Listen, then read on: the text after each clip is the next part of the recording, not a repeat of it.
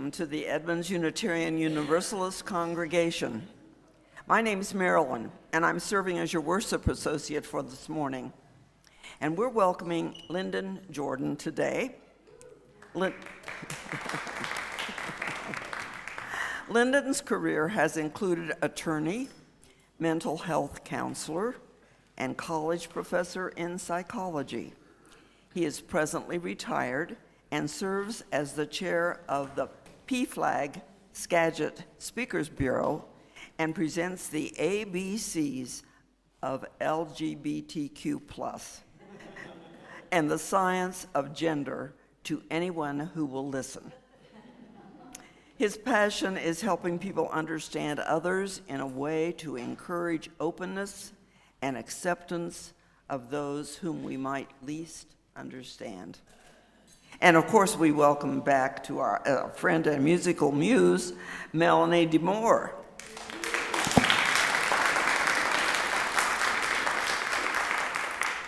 Born in the Bronx, raised in Alaska and Texas, and now based in Oakland, Melanie DeMoore is a singer-composer, choral conductor, music director, 3-time Grammy nominee, and describing herself as a vocal activist. She leads vocal and stick-pounding workshops for professional choirs and community groups, and was a founding member of the ensemble Linda Tillery and the Cultural Heritage Choir. In preparation for our service, please pull out your device and turn off your ringer so we can all enjoy the service without interruption. We're so glad you have joined us here in the hall and through your screen. If this is your first time with us on site this morning, please find someone at the welcome desk after this service and say hello. They're glad to answer your questions, and they can share all kinds of stuff about this congregation. If you're joining us online, please go to our website at euuc.org and click on the tab that says, I'm new. You'll find a drop-down menu with a link to our visitor form called, What Are You Interested In?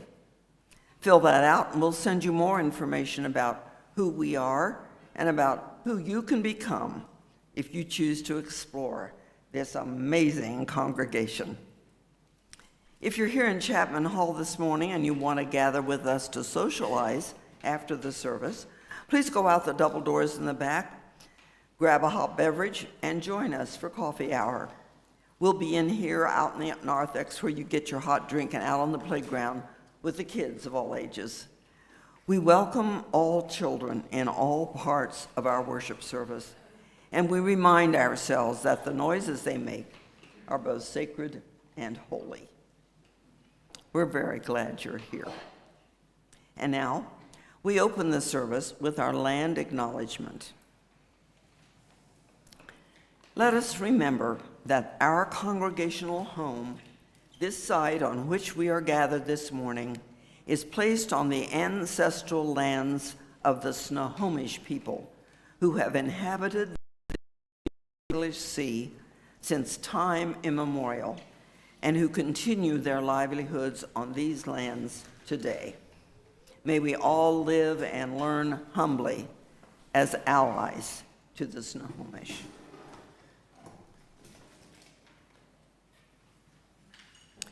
Each week, we commit and complete a sign and a signal of our faith tradition, Unitarian Universalism, by placing a flame in the bowl of this chalice. We celebrate that we get to gather in this place, in person, through screens, in this moment, and later on through recordings. We gather, we create community, and may that always be so.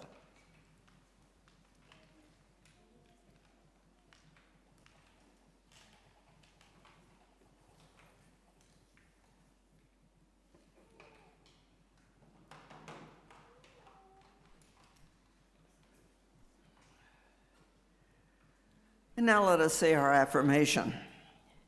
You can say it out loud, read along, listen to the group reading, or otherwise participate as you wish.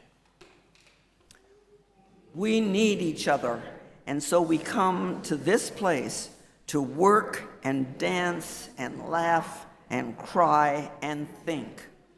We call ourselves a religious community, not because this place is in itself holy ground, but because what we do here and say here and are here make it so.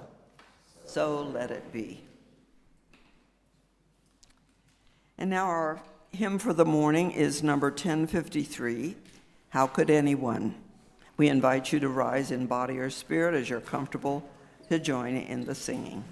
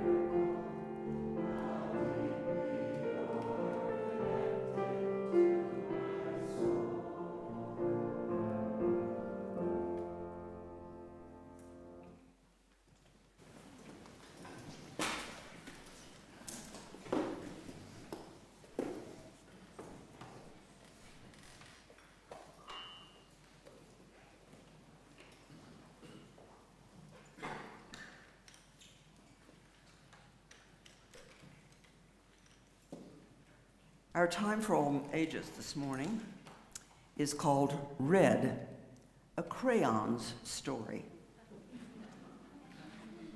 He was red, but he wasn't very good at it. Oh dear. His teacher thought he needed more practice. I'll draw a red strawberry, then you draw a red strawberry. You can do this, really. But he couldn't, really. Like this? Oh my, let's try again. His mother thought he needed to mix with other colors. Well, why don't you two go out and draw a nice round orange? A really big one, a really orange one. But they made a big greenish one. Yuck. Oops. His grandparents thought he wasn't warm enough. Your class is making self-portraits for Parents' Night. Wear this warm red scarf. Nice, it's so you. But it so wasn't. Oh, dear me. Everyone seemed to have something to say. Sometimes I wonder if he's really red at all. Don't be silly, it says red on his label. He came that way from the factory. Frankly, I don't think he's very bright. Well, I think he's lazy. Right, he's got to press harder, really apply himself. Give him time, he'll catch on. Well, of course he will. But he didn't catch on. Green frog, black sheep, brown cow, red ack. All the art supplies wanted to help. The masking tape thought he was broken inside. This will help to hold you together.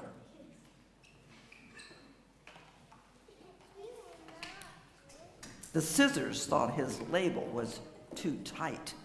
One snip should do it. I thought he wasn't sharp enough. Stay still now. But even with all our help and all his hard work, he just couldn't get the hang of it. One day he met a new friend. "Will you make a blue ocean for my boat?" "I can't. I'm red." "Will you try?" So he did. "Well, thank you. It's perfect." "You're welcome. It was easy." And he didn't stop there. Blue jeans, blue bells, blue bird, blueberries, blue whale.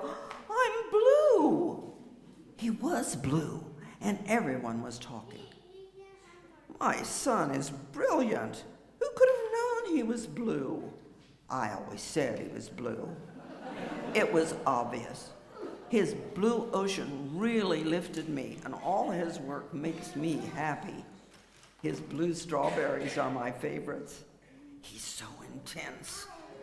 I'm going to make a green lizard with him, a really big one.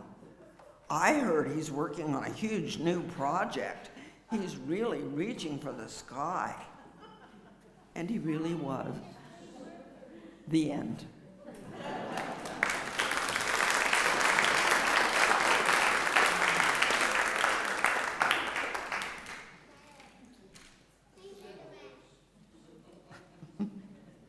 If I can get this to work, we'll go ahead. Oh, here we go.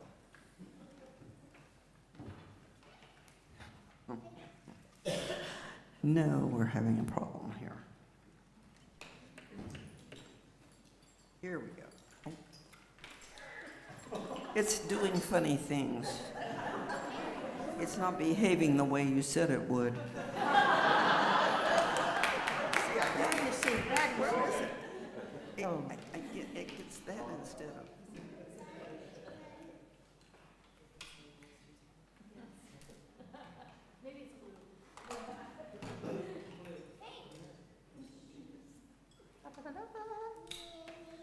Thank you. My Savior.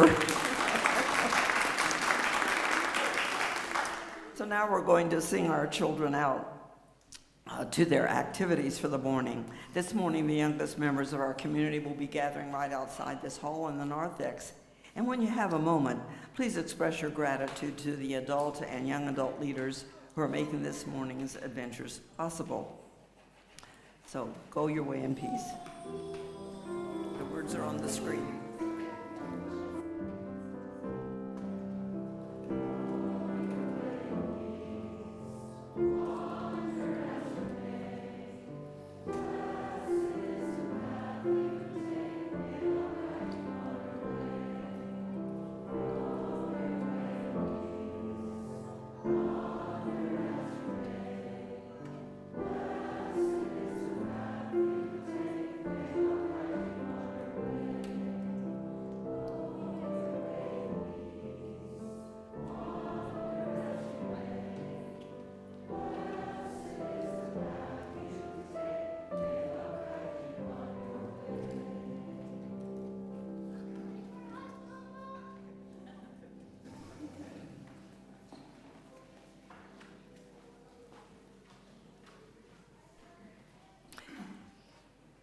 And now it's time for a moment's peace.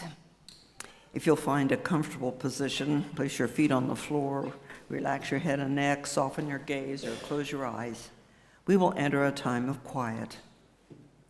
And now as we enter the quiet and not the silence, breathe, and with these words to companion you. May solace come upon you, power rise within you, and peace settle on your heart.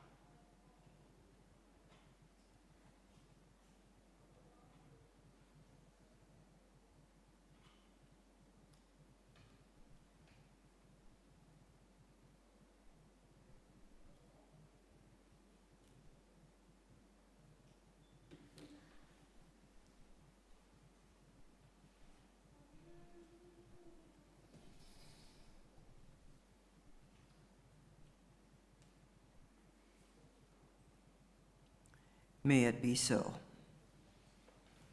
And now we're going to enjoy some special music led by Melanie and choir.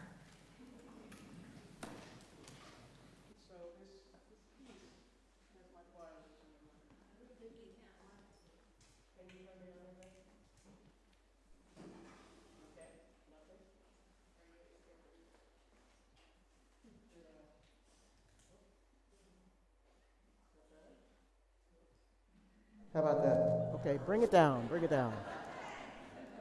Excellent. It keeps going off here. Anyway, yeah, scoot down, choir. What's really important, family, is that we, especially in these days, that we understand that we're really connected to each other. And we're living in a world that's telling us that that's not so. We're living in a world that's telling us that we are not family, that we are not siblings with each other. And that's what this song is about, so please enjoy.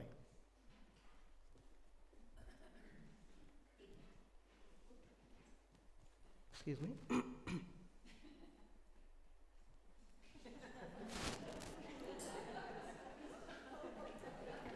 All right. Now we can begin.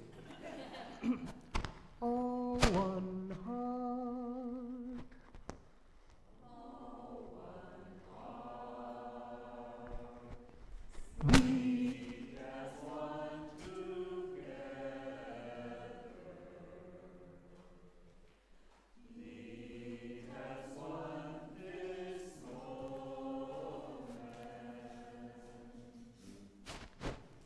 All one heart.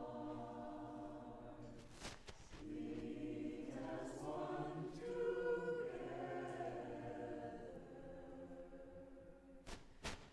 Lead as one this moment. All one song. Sing as one together.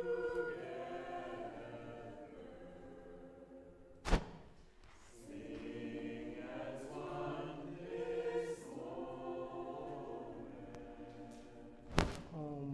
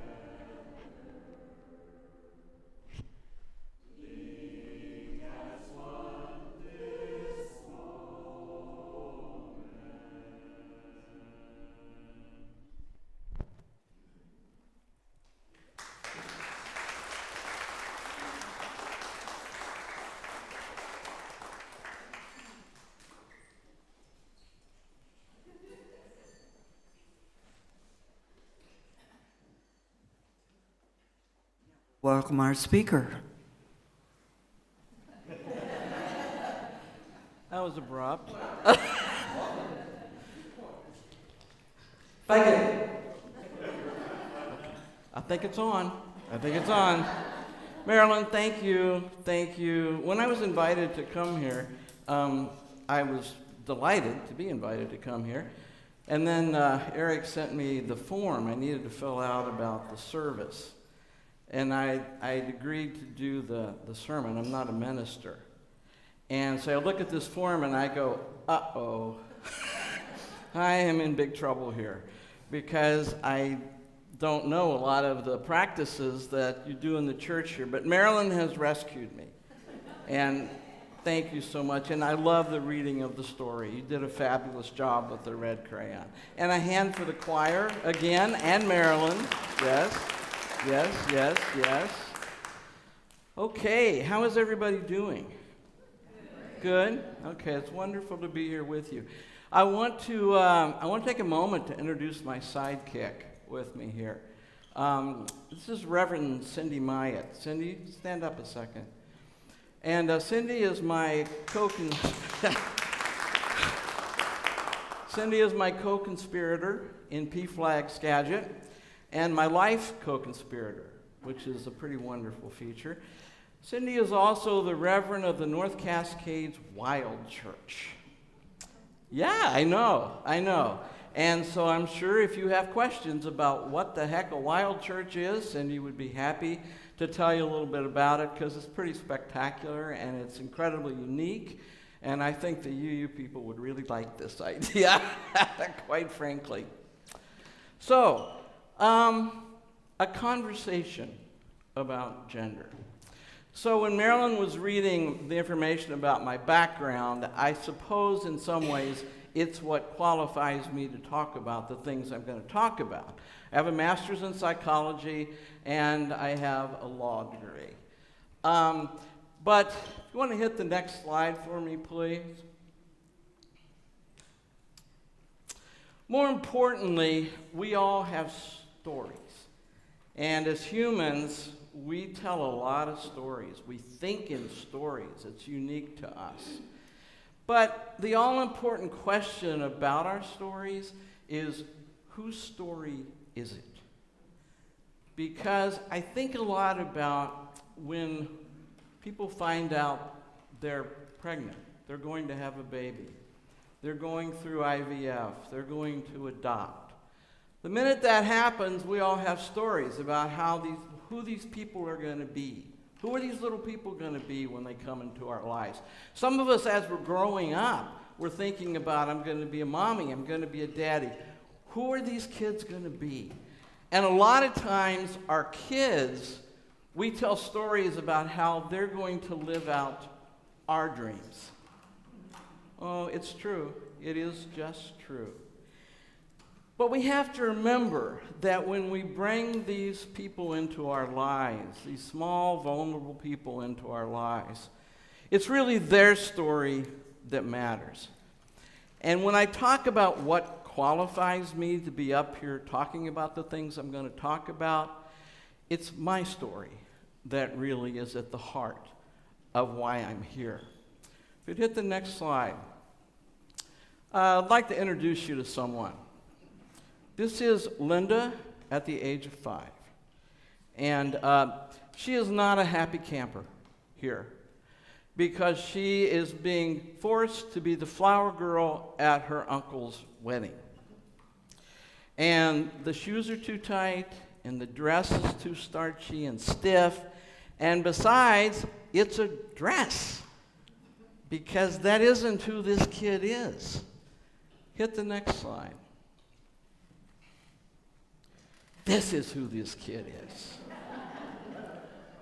How many of you know who Roy Rogers is? Happy trails to you until we meet again. Happy trails to you. Keep smiling until then. Okay, that's enough of that. But most of the time, people don't know what I'm talking about when I talk to younger people. This slide goes right over their head. But yes, you guessed it, this was me at the age of 5. At that age, I knew full well that the story that had been told about me and made very official about me through a birth certificate was not my story. And I was born in a little town in West Virginia. My family were evangelical Southern Baptists. And I didn't have a word for what this was, but I knew what the feeling was. I knew what the feeling was. And as I got a little older and it was time to be attracted to other people, I wasn't attracted to boys. I wanted to be a boy. And so I knew that I was a homosexual. And the Southern Baptists made that very clear to me. What that meant, that I was damned to hell. So I went through adolescence, went through puberty. I watched as I got breasts. I will never forget, day by day, looking in the mirror and seeing my body change and feel farther and farther and farther dissociated from my body. And beginning to menstruate, oh my gosh, that was devastating. That was devastating. And this is a lot of times the story that I think people don't understand when we talk about transgender. What does it mean to be transgender? Well, let me ask you this. What does it mean to be cisgender? When did you know you were cisgender? What was the day that you knew that? And as you went through your growing up, did you look in the mirror and go, I don't like being cisgender, but I'm cisgender? No, most people who are cisgender, meaning that their bodies match their sense of themselves, most people never think about that. You don't have to. But to the trans person, every day is a struggle to figure out how to get through it. I'm not here to talk about trans adults today. I want to talk about trans kids because that was me. I know the trans kid experience. So when I hear people say to me, trans kids don't exist, au contraire. How about you let me tell my story and I'll let you tell yours? I'm here to call you to action today because there is a crisis in this country around trans children. And a lot of us walking around out there don't have a clue what's going on. I am obsessed with the news about trans rights, as I would be. But a lot of people who are just living their lives aren't obsessed about this. And when I talk about this, they kind of fog over. So I'm here to raise a call to action because we need your help. We need your help in advocating for trans kids. You see, I know what it's like as a little kid, and I've seen the trans kids today. There may be some in your congregation. I love trans kids. They're living the life. I love families that support them because they're living the life that I didn't get to live. I watch these families embrace these kids. I watch schools allow these kids to be who they are. Tell me your pronouns. Yes. What name feels best to you? It's not your preferred name. It's your name. It's who you are. Who are you? I see that. I see you. Well, let me tell you something. In half the states in this country, kids can't have this. They can't have this. They can't go to school as themselves. They're going to school hiding and being afraid. Trans teenagers are going to school and they're being bullied. And then, as if that isn't enough, in a number of states, our trans kids are denied any kind of gender-affirming health care. What does that mean? A lot of people don't even know what gender-affirming care is. And all it really means is that I see you for who you are, and I will allow you to be who you are in every aspect of your life. And so, when you go to school at the age of 5 and 6, like I was, and you have a supportive family, and they go to the school principal and they say, my child's birth certificate says this, but that's not who my child is. My child is this person. My child is this pronoun. And the school says, absolutely. Do you know what a difference that makes in a kid's life? We have a mental health crisis in this country around our kids in general. But let me tell you something. Our trans kids are drowning. And they're drowning in these states that basically say, you don't exist. And it's up to us. I mean, in the state of Washington, we are so lucky. We are so lucky. However, I don't know if you're following the news right now. I am. But the trans kids are the marquee for Congress right now in terms of the legislation that they're about to try and pass. And what are they going to try to do? Well, President Biden basically amended Title IX. Title IX, which gives kids all these rights in schools. President Biden got an amendment to Title IX to include gender identity and gender expression. Oh my gosh, this is huge. And right now, we have a new administration. The number one thing on their agenda right now is to go after our trans kids and to basically say schools cannot include gender identity and gender expression. So, if you're trans at school, keep your mouth shut. Hide.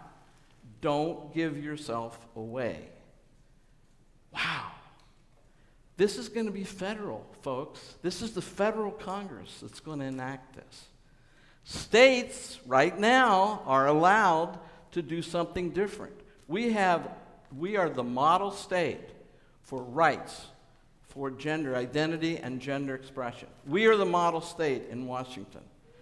I don't know what's going to happen. Well, actually, I think I do know what's going to happen when we come up against the federal law that Congress is going to pass. They're going to pass it to take it out of there. So there's going to be a huge fight, which our Attorney General in this state is willing to take on, thank goodness, and so is our governor. But when push comes to shove, I don't know if Washington will be able to offer the kind of protection that right now we have. And we've got to fight for this. We've got to fight for this. How? We've got to fight with it by letters to the editor. We've got to fight with this. School boards. School boards are a big deal right now. Cindy and I can tell you some stories. We are very involved in the Cedar-Woolley School District right now. Cedar-Woolley School District, guess what? They had a school board election a year ago, and a Moms for Liberty candidate got elected to the school board. You know what Moms for Liberty is? Yes, indeed you do. Well, she is on the school board.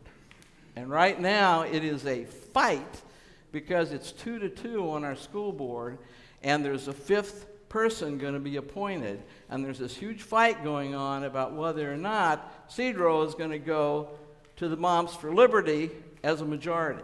School boards all across our state are going through this. All across our state. There are 11 school districts in the state of Washington right now who are asking the Washington Interscholastic Athletic Association to amend their rules to say that trans kids cannot play sports in school. Don't know if that'll happen or not, but there's some place you could take action. WIAA, public comments. They're taking comments from the public. Write in and say, let kids play sports, for gosh sakes. Don't exclude our trans kids from sports. It's really hard because stories are out there. I don't know, one of the biggest stories that was being told during the campaign was that kids were going to school in the morning as Johnny and coming home as Janet. I talk to a lot of teachers, and every time I tell this story, the school nurse raises her hand. And she says, I can't even give a kid an aspirin. Are you kidding me? You think I can, you know? But then come to find out, as we know, it's not about that. It's not about truth. And in fact, at a Moms for Liberty conference, the T word, he was spreading this at this Moms for Liberty conference. And right after the conference, a CNN reporter interviewed one of the leaders of Moms for Liberty and said to her, you know he was talking about kids having surgery at school to change gender? You know that's not the truth, don't you? And the Moms for Liberty leader said, oh, I know it's not the truth, but I am thrilled that he is saying it. Because now we're talking about this stuff. And it makes me so happy. Wow. Seriously. So that's what we're up against. That's what we're up against. And right now, there's like 125 bills being submitted to state legislatures, that's current count, for the coming legislative session. We will also have these bills submitted in the state of Washington. There are some Republicans who are going to be asking for bathroom bills. Don't let trans people go to the bathroom. You know, it's something right now to be trans and walk into public spaces as an adult, because I now realize that there are a lot of states that I don't travel to anymore as a trans person. I don't travel there because it's not safe.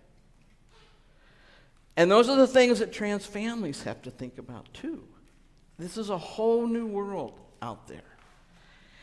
The one thing I'm most concerned about is that kids who are trans are going to have to live their life the way I did.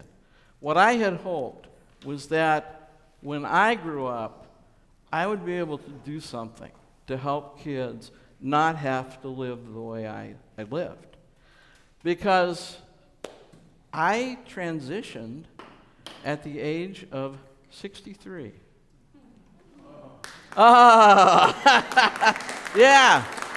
Yeah. It's like, you know, what do most people do when they retire? They play golf. They travel, right? I transitioned. And I thought I was too old to transition. So I called a doctor here in Seattle. There weren't many people doing this at the time that I transitioned, but I called a doctor here in Seattle and said, I know you've got a long waiting list, but I'd like to transition. And I think I'm too old. And she said, well, I'd have to tell the two 80-year-olds I had in the office this morning that they're too old if you're too old. And I said, well, put me on your waiting list. And she said, I think you've waited long enough.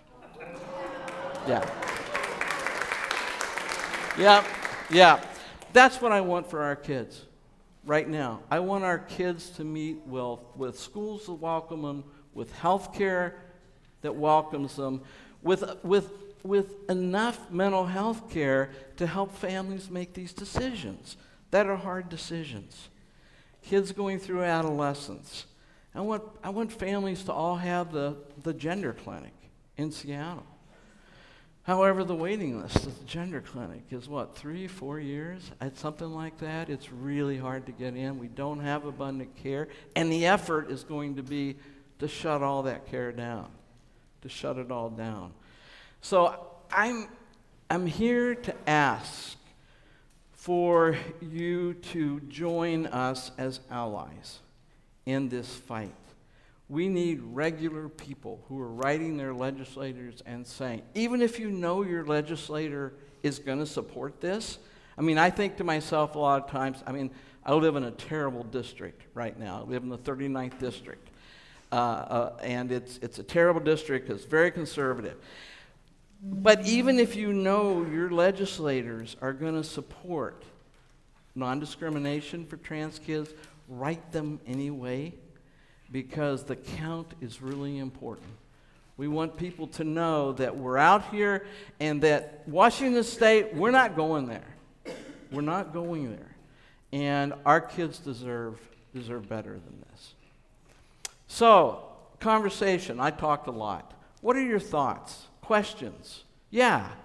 Well, it really brings to mind a talk something Laura gave to the Evergreen UU in Marysville about 3 or 4 years ago, and she had transitioned at 50, and she's about maybe 6 feet tall. Mm-hmm. She can't go to Wenatchee anymore to see her family. Mm-mm. She would be attacked. Mm-hmm. She said walking in these shoes, those high-heel shoes, you bet, was a new experience. You bet. Just to walk in woman's shoes, but that's what she was. Yes. And she lost her job. Yep.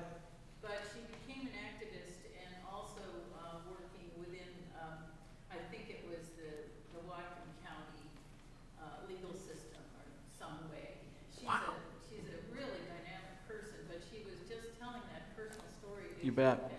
You bet. Which is so powerful that, you know, I guess what's strange about the disinformation is they talk all of these, you know, most of us don't understand completely puberty blockers and these things, that these catastrophes that occur when people get to the age where their body is doing something they don't want it to do.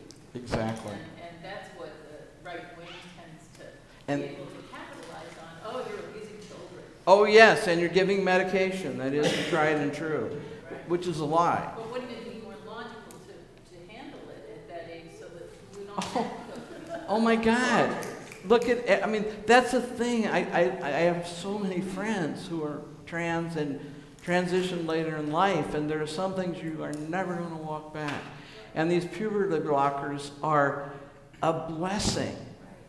They've been used for so long for so many other things. And you know, right now, I mean, like for example, kids who are intersex, kids who are born intersex. Intersex meaning that they have some difference in sexual development, difference in their sexual anatomy development. And a number of these kids really need hormones at puberty to be able to be the gender that they are. Well, you can't have them if it has anything to do with gender. And yet these things give us a window, give kids a window of time, 3 more years to make decisions about who they are and who they want to be. 3 more years.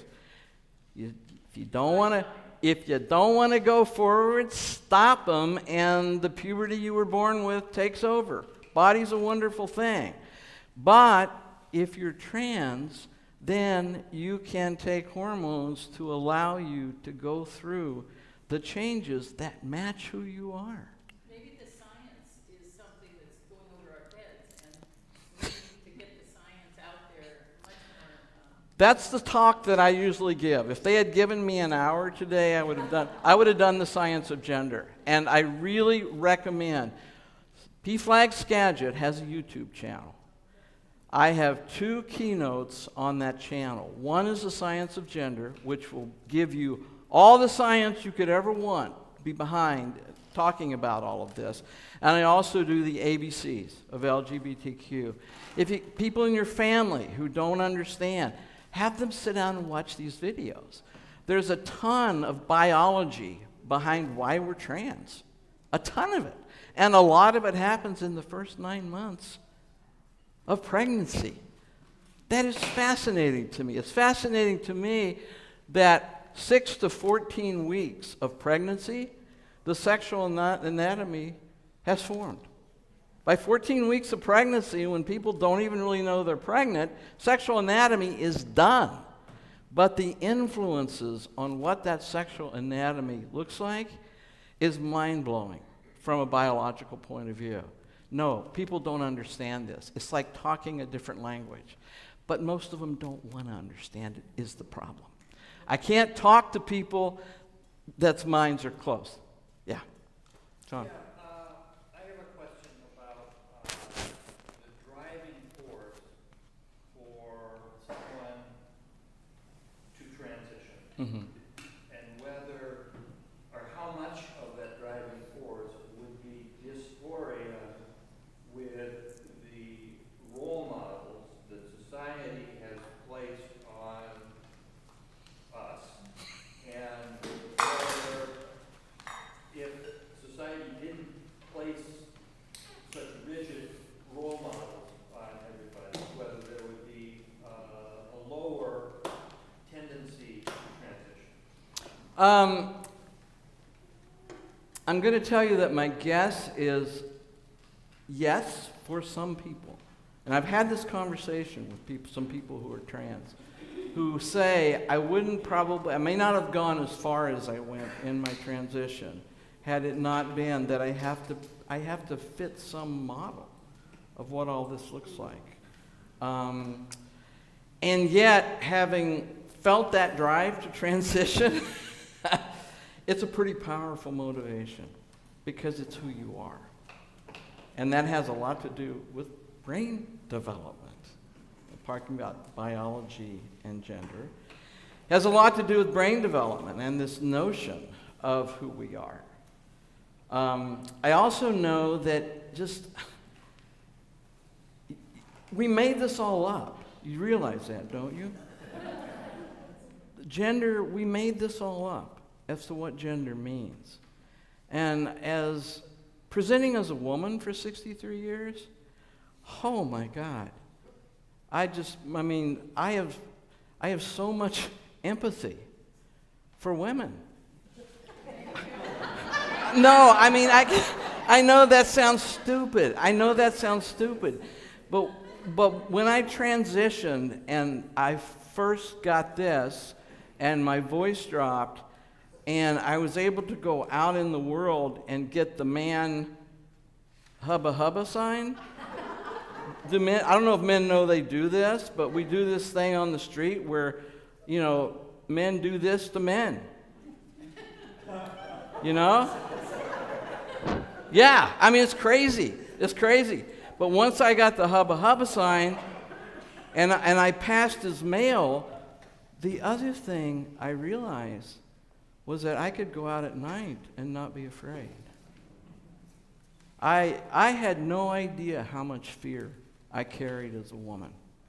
And so in the land of empathy, boy, for a different world. When you talk about a different world where we see gender as a spectrum. We're all on it. And there is no true male or female, I don't care what you say, but if we all just got to kind of line up where we feel like lining up, wouldn't that be incredible? And what if women, it's gone the total other direction. This thing about your body, my choice? What is this? And what that brings to women, it exhausts me and it depresses me because that feeling of lack of fear, I had no idea. Yeah. Hi there, I'm new to the congregation, and I come from a state that is very conservative, and I have family, and none of the family members really understand the idea of trans. Right. And you're preaching to the choir. I am. I think what the difficulty is in hearing the other side and understanding their anxieties, the way they make gender into something very concrete, Yep. and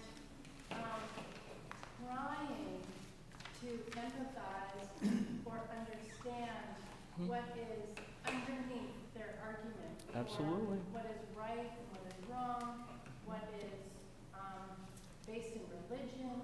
And I think that's my biggest challenge in talking to them, the people who have really different ideologies. Mine too.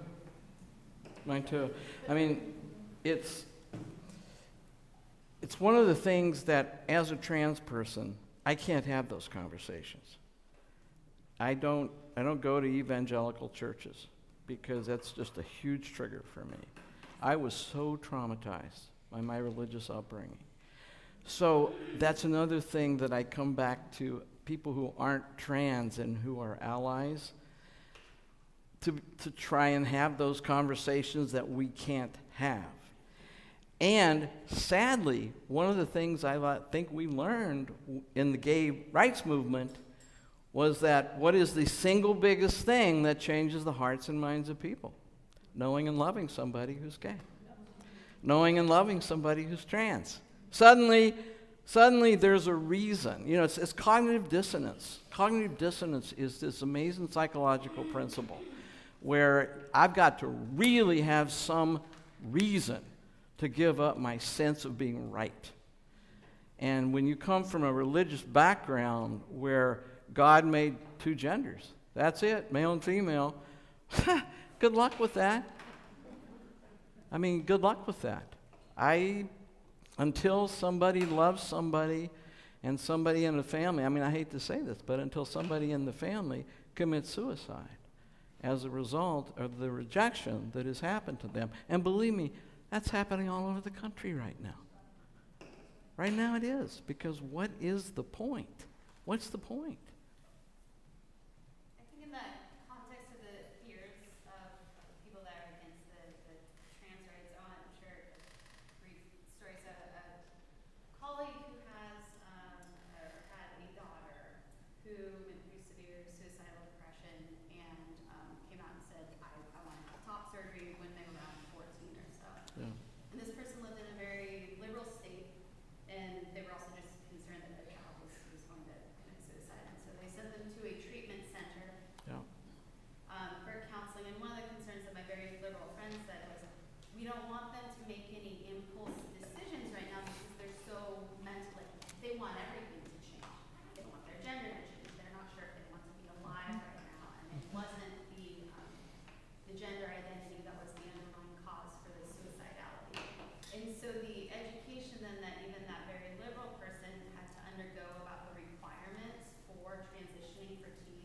Yep.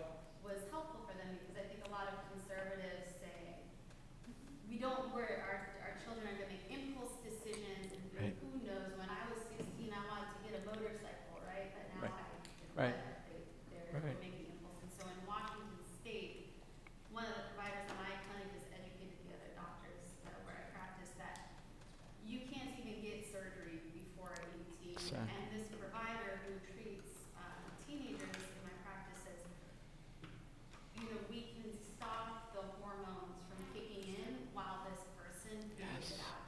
And there's requirements of counseling and family support, and it's never an impulse decision. And I think that the other side thinks It is. it is, that we're going to get them in the morning at school, and they're going to leave, and they're going to make this impulse decision. So that Yeah. reassurance of the safeguards Absolutely. is important to that conversation when you're having with other people.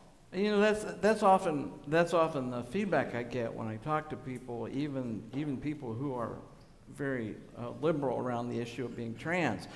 It's a big decision. To transition in adolescence, it's a big decision. And what I hope for kids and families is that we can focus on getting them good medical care and good counseling that helps with that decision and can ferret out what kind of issues here is going to be helped if you transition, what kind aren't. And how do we take the whole family? And that's the beauty of puberty blockers. It buys us that critical time. It just buys us that critical time. Yeah. You mentioned education, and I just want to say, we have many schools and high schools where our LGBTQ plus students and our trans students have clubs. They actually come together and they hold meetings to train teachers. Yes. They hold meetings to actually want other kids to know about it. Yes. And I want to just say, it's important to support that.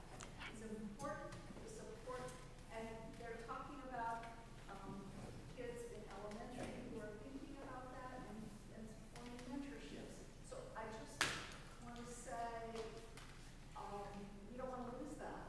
No. That is No. so powerful. It is so important to our kids. So if you know, in a school where you live, that you support, that's going on, support them. Yeah. Let them know that you support them. Send letters to the school saying, this is a wonderful club. Let's keep it going. Let's find ways to grow it. So I wanted to just let you know that we need to help our schools as well. Another great way to support those clubs is to write a check to the ASB labeled for this club. They need snacks. They need things to put. They need books. Yeah. Hey, thank you so much for speaking. I was really touched by your story. It was really beautiful. Thank you. And I have a 4.5-year-old that sounds like 3.5. It's been like, oh, I'm both a boy and a girl. I know it in my heart. But for probably 4 months, it's been like, I want to be she, her. I want to change my name. I want a girl name at daycare. And the daycare's like, great, yeah. Like, it's really harmful for kids if you don't follow their lead.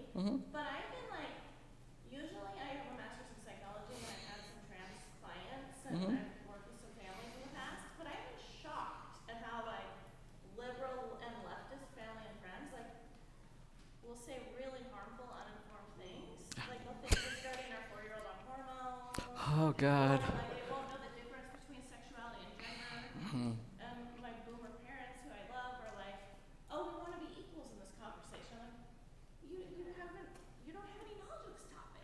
And usually I try to be tolerant towards like views that are different than mine, but I'm like, no, I don't want to hear it. Don't want No, you actually don't know what you're talking about. Yeah, what you said was offensive. And everyone's like, what's up with you? You're a therapist. I'm like, Oops. Oops. I guess I'm wondering if you have any tips because I've been shocked when I send to a trans client of mine. I'm like, I'm just like getting a thumbnail of this, like a fingernail of this from like 3 months of having a kid exploring their gender. And people say really honestly just like stupid things Yeah. all the time. Yeah. And it's on the left. Yeah. And my client was like, I'm sorry you're having this happen, but I'm also like, it's kind of nice to see because people don't believe how much it happens on the left. On the left, we get it across the board. Yes. So Yeah, maybe there's you're preaching to the choir, but maybe not. that. You're Me. preaching all over the left. Well, I gotta tell you. This is my first time here, sorry.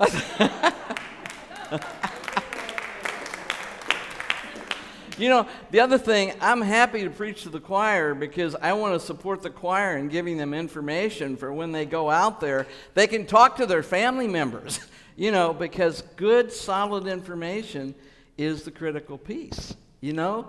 And yeah, and kids, I mean, it's laughable to me when people say, you know, well, my kid's not going to have hormones till they're 16 years old. Yeah, you want to bet? You want to bet? Because these kids are getting this stuff online. I mean, there is so much stuff available. Wouldn't you rather have your kid be talking to a healthcare provider about this than doing it on their own? And these states that are banning all this stuff, these kids are desperate. And adults are helping them get access to hormones. I'm getting timed out, but Cindy, you raised your hand, and I want to... I just can't say enough about educating yourself. Really, I mean, I think the biggest hindrance we've had is the intersex community. That probably right here in this room, there are people that are intersex because it's a 7% of our that we know of. Because we have been told not to talk about it.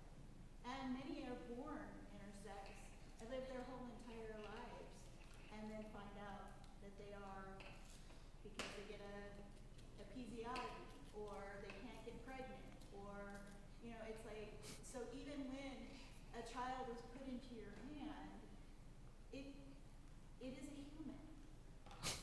Congratulations, you have a beautiful baby. You know, because we just don't know.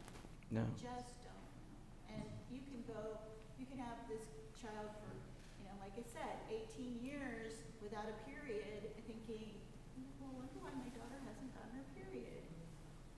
You know, and so Because she doesn't have a uterus or a cervix. She's male reproductive system. you know, there's some great documentaries out Oh, there yeah. to listen to.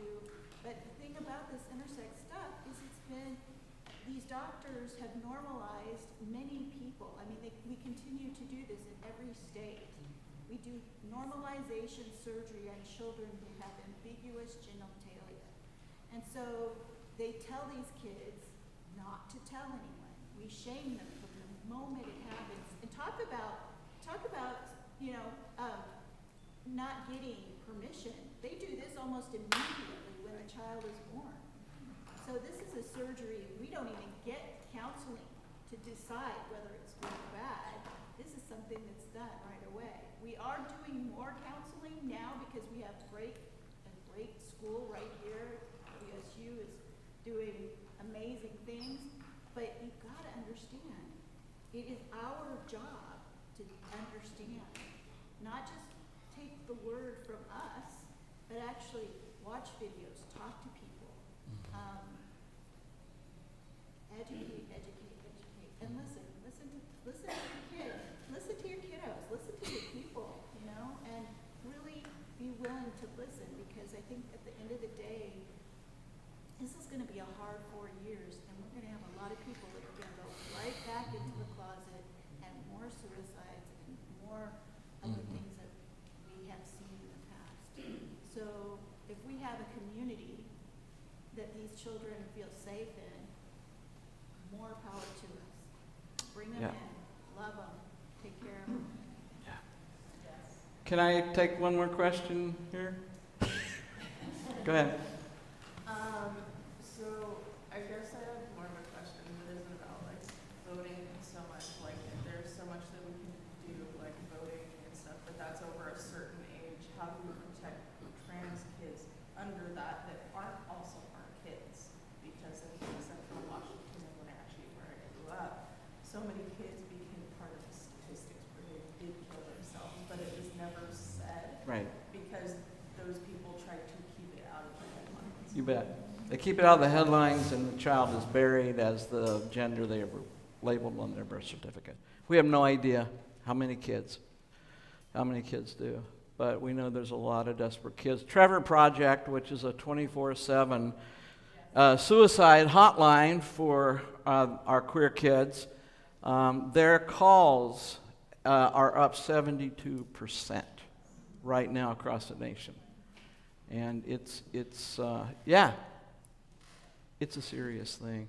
I mean, I could stay here for hours. We could talk about this because there's so much to know. There's so much to learn. I do just want to say very quickly, because I see a lot of grandparents in the audience here, and I always like to tell this when I see grandparents. A lot of times as grandparents, our grandkids want to come out to us rather than parents. I'll just give you a heads up. Our kids are coming out to grandparents. Grandparents are safe. And grandparents, I think, want to do the right thing, but boy, it's a deer in the headlight moment when your kid comes up to you and says, "Grandpa, I'm non-binary." What? Right? You go, "Oh my gosh." Or, "I'm trans." What are you going to do, Grandma? Grandpa, what are you going to say? Well, I'm going to tell you what to say. This is a script for you. First thing, I love you. I'm excited to hear about your life. Tell me about this. And then shut up. Yeah. It's not a moment to lecture or tell them this is a phase. Listen. Listen to what they have to say. You're going to learn some really cool stuff. And then the third thing you say is, "How can I help?" Because a lot of times kids want grandparents to help them tell their parents. Just word to the wise. Yeah, boy. Yeah, that's right. That's a moment. That's a moment. Okay, are we good? Okay, we're good. Thank you.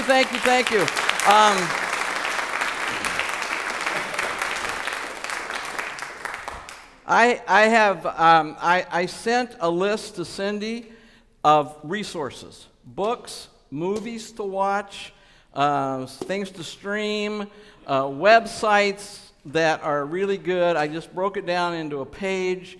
And I also want to just point this book out to you all. It's called American Teenager. It's a brand new book. And Nico Lang is a guy that, really good reporter and an excellent writer, went out and interviewed a number of kids in states where they have really restrictive legislation. And these kids will just warm your heart with their resilience, but also will tell you what it's like for a kid who is trans to live in these states. I think we owe it to these kids to read their stories. And so I really recommend this book. And it's on that list. Okay? Thank you. Thank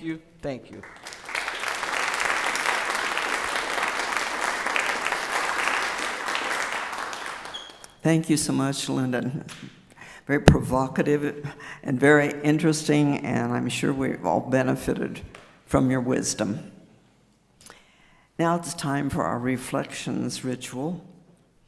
A kind word or a thoughtful act, like a pebble dropped in water, sends ripples out into the world.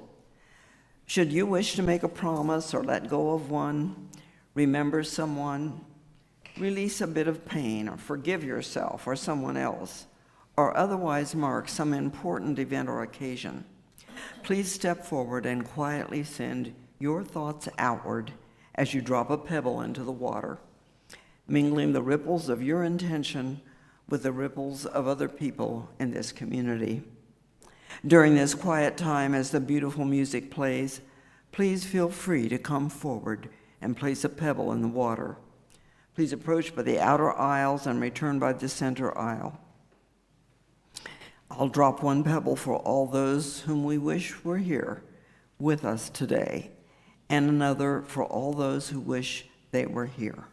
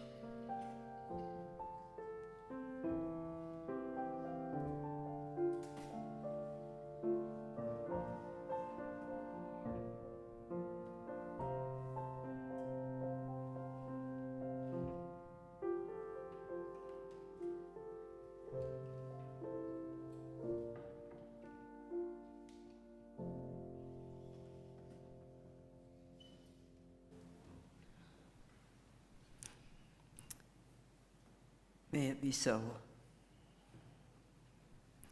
If you're new to our gathering, it's important for you to know that EUUC's weekly offering does not support the ongoing operations of this congregation. We support our congregation by making generous pledges of financial support we pay month by month or year by year. Our Sunday offering is dedicated to going right out into the world to support organizations doing good works that align with and extend our mission of this congregation, gathering together, nurturing the spirit, living our vision of a just and sustainable world. The January cause of the month is the Pink Haven Coalition. Pink Haven is a collective of organizations and individuals who are committed to Iran's liberation and joy, and to growing community defense, mutual aid, and alternative systems of care for gender diverse people. Here's a video about Pink Haven Coalition sent to us by Reverend Deanna Vandiver. To ensure the survival of two-spirit, trans, and gender-expansive people in a more extreme environment. We knew a large, grassroots network of groups and individuals gave us the greatest resilience against fascist attacks, as well as the greatest access to resources, without submitting to the insecurities of the nonprofit world of grant cycles and information overshare. We needed to create a network that was both nimble and effective, with a strong security culture to protect everyone involved. This organizing plan has proven wise, as fascists more easily target forward-facing groups and individuals. Both the UUA and UUSC have become vital partners in the struggle against trans genocide, as have a number of congregations and individuals around the United States. As Unitarians came together during the height of World War II to support people fleeing Nazi persecution, we see the same drive today. Unitarian Universalists have both the historical legacy to be accomplices in the work of trans survival, as well as access to human and financial resources that enable this difficult work to advance. The work the Pink Haven Coalition has done so far has inspired organizers and made a profound difference with our passengers. I am proud to be involved in this fight for the liberation of my two-spirit, trans, and gender-expansive beloveds, because this work speaks to the core of my values, that no one is free until everyone is free, that the incredible diversity of creation is the source of all beauty, strength, and joy, and that it is my duty to leverage any privilege I may have to the cause of justice and to encourage others to do the same.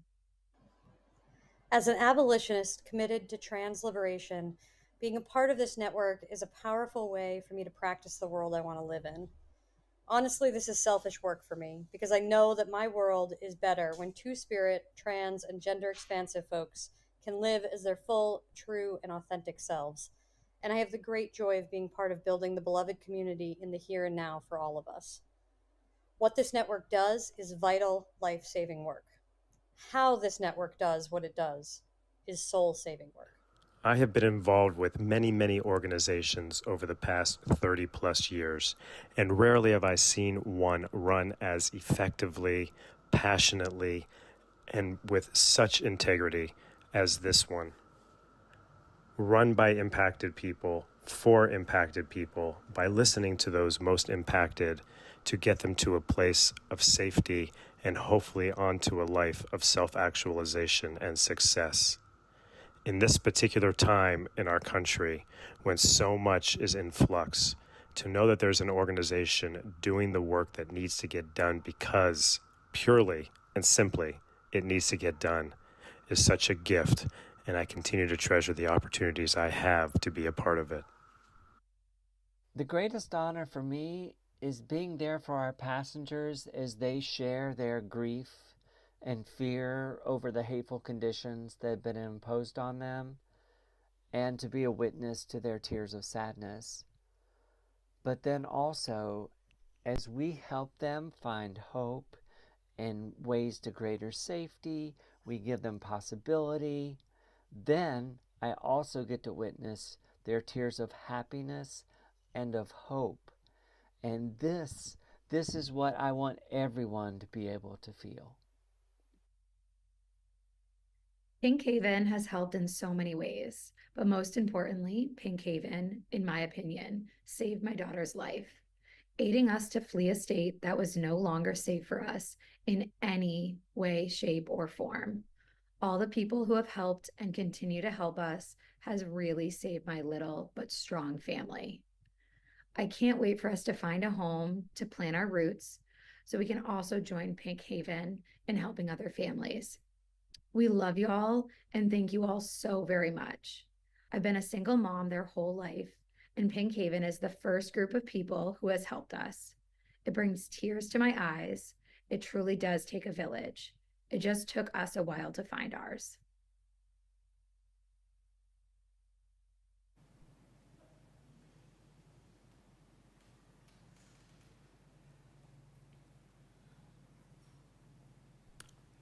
The funds donated by EUUC will be used for direct cash assistance to trans individuals and families with trans children who are relocating out of states where their lives are under attack and moving to states where they are able to access health care and safety. Support includes rental assistance, health care, medicine costs, transportation, and others. As always, thank you for your generous donations. This organization was nominated by Reverend Martha Durkee Newman and Reverend Deanna Vandiver. If you have an organization that you wish to nominate for Sunday Cause of the Month, we invite you to fill out the online nomination form at https://euuc.org/Sunday-offering. If you're online, or if you're on site and have your phone in your hand, you can find and donate to the Sunday Offering Cause of the Month on the EUUC website on the Give to EUUC page found under the Giving tab. Or if you're on site and you have a cash or check with you, there are baskets out in the narthex where you can contribute. If you go through these doors and turn around, you'll see one underneath the screen on the wall and the others over by the coffee. Please be generous within the limits of your budget. And now we've got a whole bunch of announcements.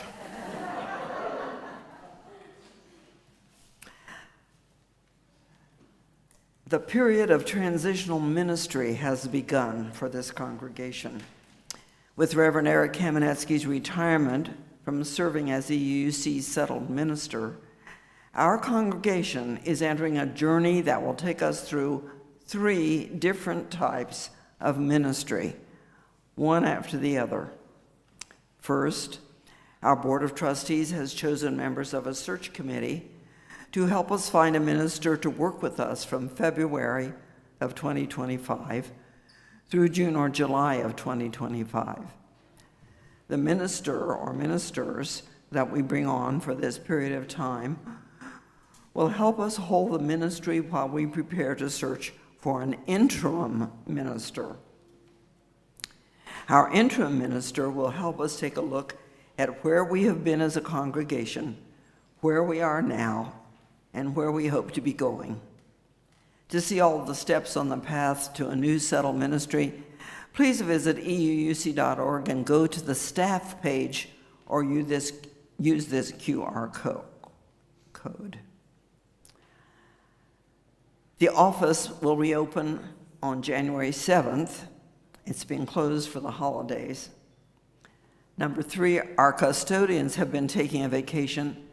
They've been home visiting in Ecuador from Thursday through January 9 through Thursday, January 23. During this time, please be thoughtful about your footprint in our facility and clean up after yourself at in-person events. If you'd like to come in and sweep or vacuum, we'd appreciate your work to help make sure the custodians don't have too much to do when they come back. Number 4, living our vision policy. The board accepted the proposal to replace the current endowment fund policy with Living Our Vision Fund policy. As per EUC procedures, the new policy has been posted for congregational review and comment. Please visit the page website via the QR code or via This Week at EUC to read it or speak with a board member. All comments must be received by the end of the day on January 25.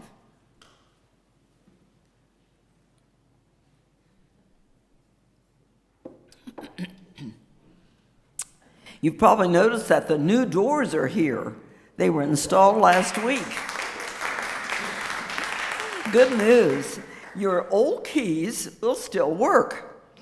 More good news is that next week we should see the completed installation of a touchless wave sensor to open the left door. Thank you, Charlie, for managing this process.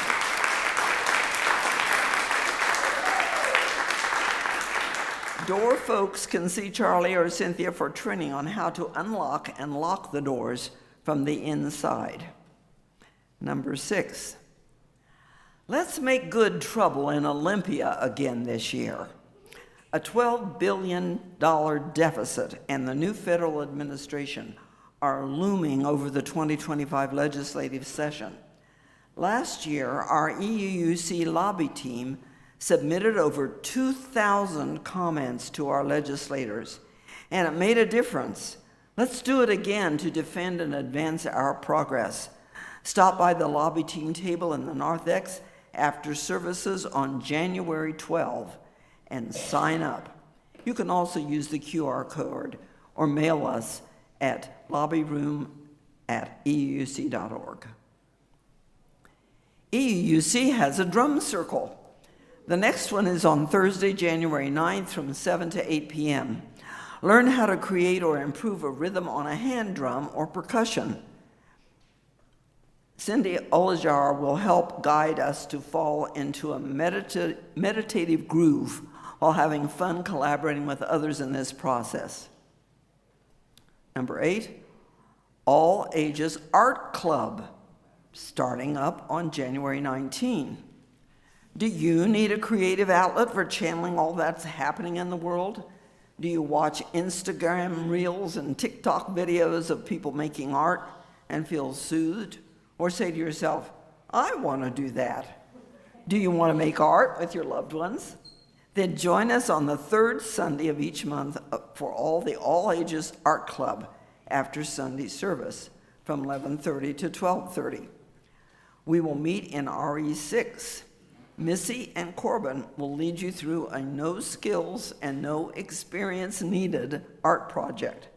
All you need is an open heart and a desire to play with creativity. Please note that kiddos age 7 and under need to have an adult for supervision. Join us for a meeting of the Women's Circle today after the service from 12 on January 12.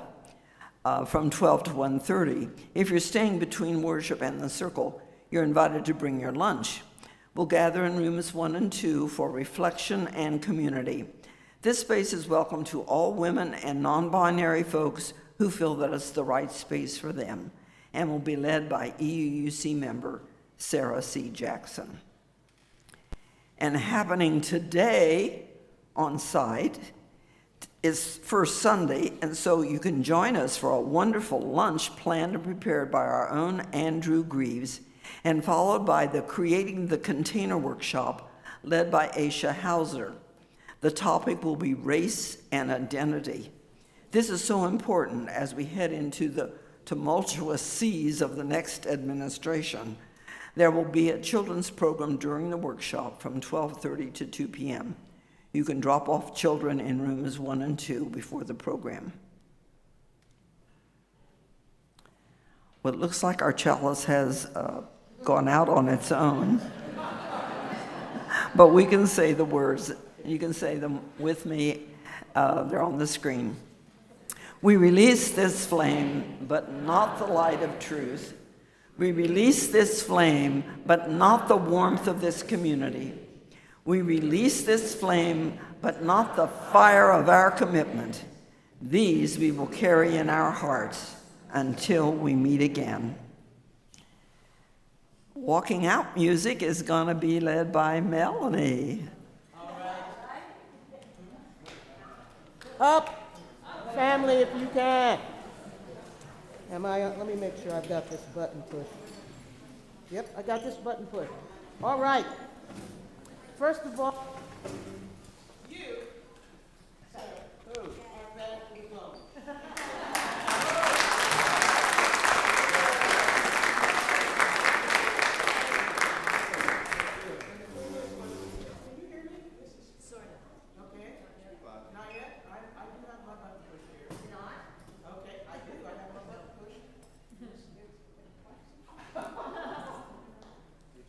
I don't know what's happening here. Anyway, you hear me? Okay. Now, first of all, I just want to say I come and visit this congregation, and this family is willing to do the work. It's one of the things I love about this family. Just look around. They're more than allies. That's the thing. They're real family, and that's what the word. They're not afraid to be itchy and uncomfortable in their skin. That's why I love them. So we're going to close with this. You got to put one foot in front of the other and lead with love. Put one foot in front of the other and lead with love. You gotta put one foot in front of the other and lead with love. Put one foot in front of the other and lead with love. Don't give up hope. Don't give up hope. You're not alone. Don't you give up. Don't you give up. Keep moving on.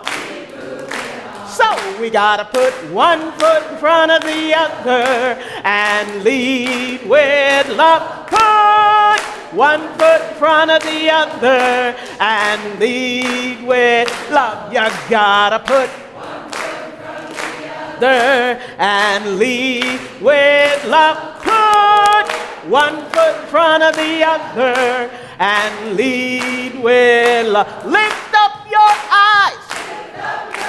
Don't you despair. Look up ahead. The path is there. So we gotta put one foot in front of the other and lead with love. Put one foot in front of the other and lead with love. You gotta put one foot in front of the other and lead with love. Put one foot in front of the other and lead with love. I know you're scared. And I'm scared too. But here I am. Right next to you. So we gotta put one foot in front of the other and lead with love. Put one foot in front of the other and lead with love. You gotta put one foot in front of the other and lead with love. Put one foot in front of the other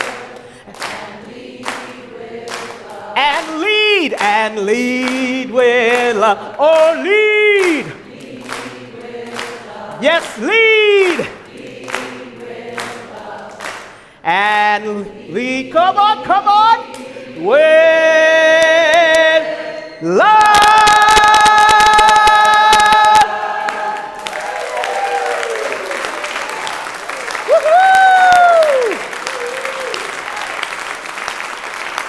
Place out, baby.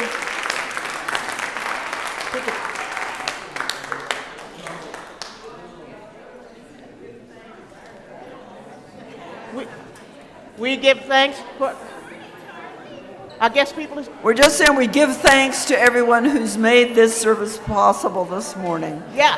Lead with love. Thank you. Woo-hoo! and maybe give us a hand breaking down the hall and putting up the tables so we can all have lunch. Hi.